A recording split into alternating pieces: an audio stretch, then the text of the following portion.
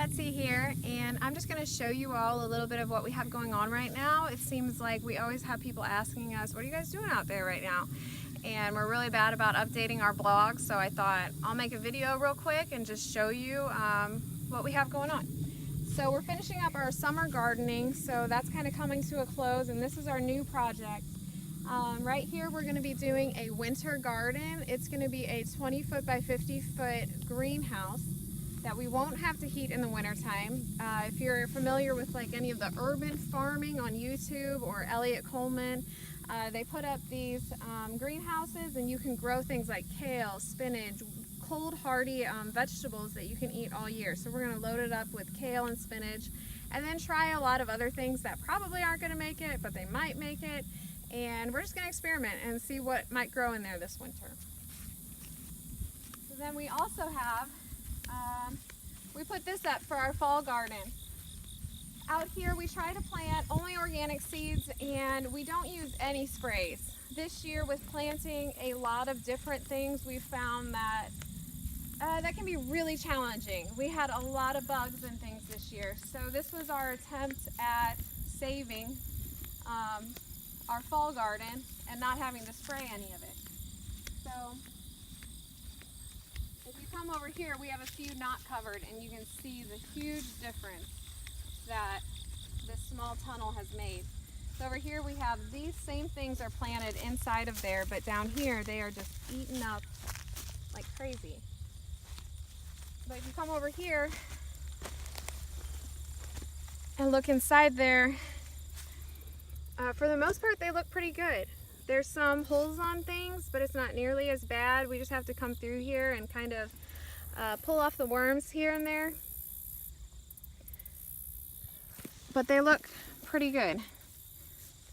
So that's our attempt at not having to use sprays on the fall garden stuff. We've had a lot of issues with things this year, a lot of tomato issues with bugs, and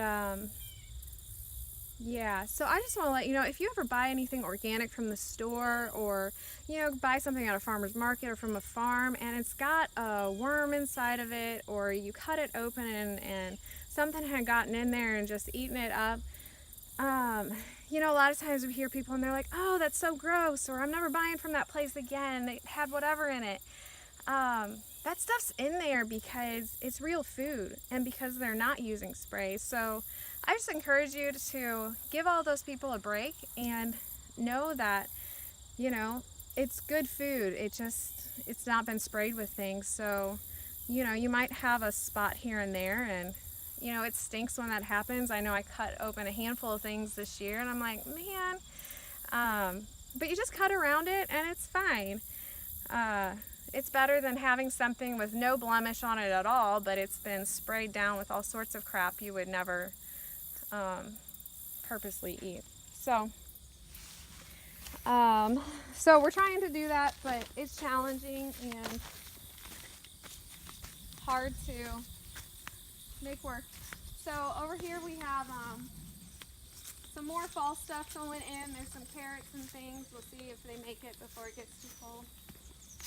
And our lettuce has really done awesome as the weather has gotten a little bit colder. Our kale really popped. There's butter lettuce in there, butter crunch lettuce, and some romaine growing. Our spinach bolted pretty bad. It doesn't like hot weather at all.